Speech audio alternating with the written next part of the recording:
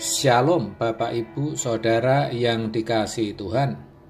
Seri pengajaran hari ini berjudul Janji Tuhan yang Benar. Sesungguhnya banyak orang Kristen yang tidak mengerti akan janji-janji Tuhan. Hal ini disebabkan karena mereka berkiblat kepada bangsa Israel yang memang orientasi hidupnya adalah berkat-berkat jasmani. Ketika itu memang bangsa Israel hidup dalam penderitaan dan penindasan bangsa asing. Mereka membutuhkan kehidupan lahiriah yang lebih baik. Maka ketika mereka mempercayai dan mengandalkan Tuhan, selalu berkenaan dengan pemenuhan kebutuhan jasmani dan persoalan-persoalan duniawi, seperti menang dari musuh, panen raya yang berlimpah, serta hal-hal lahiriah lainnya.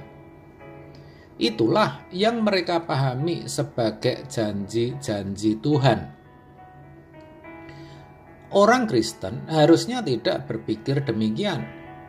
Sebagai orang percaya Perjanjian Baru, kita sangat berbeda dengan bangsa Israel. Mereka belum mengenal Injil, sedangkan kita sudah. Injil adalah Kristus sendiri. Maka orientasi hidup kita tidak boleh lagi kepada hal-hal duniawi, tetapi harus selalu terarah kepada Kristus yang menjanjikan kita hidup yang kekal. Karena begitu besar kasih Allah akan dunia ini, sehingga Ia telah mengaruniakan anaknya yang tunggal, supaya setiap orang yang percaya kepadanya tidak binasa, melainkan beroleh hidup yang kekal. Yohanes 3 ayat 16. Perhatikan, dikatakan supaya setiap orang yang percaya kepadanya, kepada Tuhan Yesus, beroleh hidup yang kekal. Jadi, hidup kekal itu janji Allah kepada setiap orang yang mendengar Injil. Hidup yang kekal itu bukan hanya bicara panjangnya atau lamanya hidup dalam arti hidup yang abadi, tetapi juga berbicara tentang dalamnya atau kualitas hidup atau zoe dalam bahasa Yunaninya. Dengan demikian, hidup kekal bukan hanya mengacu kepada kehidupan di balik kubur, tetapi juga ketika seseorang masih hidup di bumi ini. Allah menjanjikan kalau seseorang hidup seperti Kristus, ia akan memiliki hidup kekal ini, hidup yang berkualitas. Itulah yang dimaksudkan dengan hidup kekal dalam Yohanes 3 ayat 16 tadi. Dalam hal ini, hidup yang berkualitas jangan hanya dipahami sebagai suatu keadaan hidup yang nyaman, aman, dan limpah dengan berkat-berkat jasmani. Itu bisa saja terjadi dan mungkin dialami oleh orang percaya. Tetapi sebenarnya hidup berkualitas atau hidup kekal, zoe, di sini lebih mengarah kepada hidup yang penuh damai sejahtera, sukacita, dan kebenaran dalam Roh Kudus. Hidup yang sesuai dengan kehendak dan rancangan Allah. Hidup yang membuat seseorang bisa terbebas dari kuasa dosa. Itulah janji Allah kepada setiap orang percaya pada zaman perjanjian baru.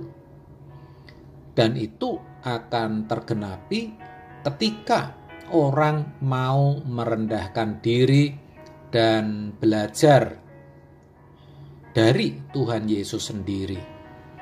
Matius 11 ayat 29. Pikulah kuk yang kupasang dan belajarlah padaku, karena aku lemah lembut dan rendah hati, dan jiwamu akan mendapat ketenangan.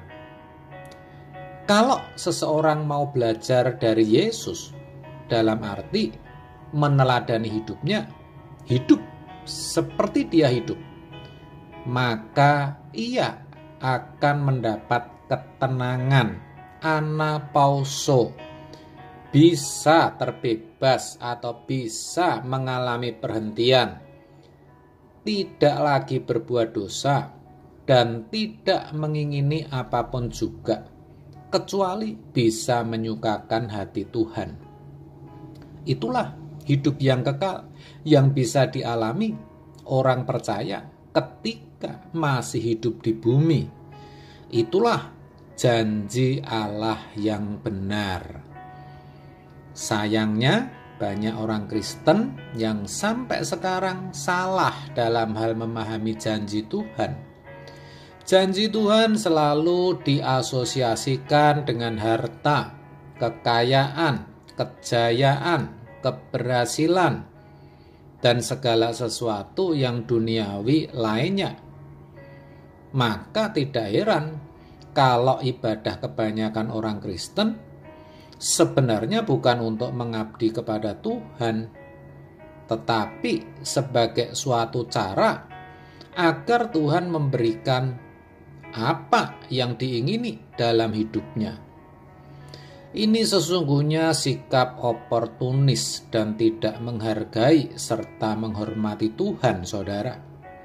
Akibatnya, ketika apa yang diingini, yang didoakan tidak terkabul, maka tidak lagi beribadah.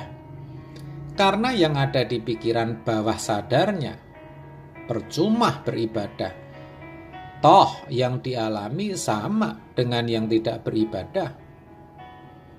Padahal sesungguhnya sama atau beda itu tergantung bagaimana orang menyikapinya. Kalau orang yang tahu janji Allah yang benar, ia tetap akan setia. Karena ia tahu kalau doanya belum atau tidak dijawab, masalahnya belum selesai. Berarti itu proses yang harus dilalui untuk bisa memiliki hidup yang berkualitas. Jadi, salah dalam memahami janji Tuhan sesungguhnya merupakan suatu bahaya besar.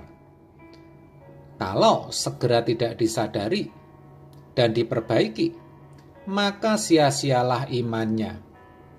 Saudara, dengan penjelasan ini saya berharap kita semua bisa memahami janji Tuhan dengan benar, sehingga ada perjuangan hidup yang sepatutnya untuk menjadi anak-anak Allah, untuk menjadi serupa dengan Yesus. Amin. Tuhan memberkati.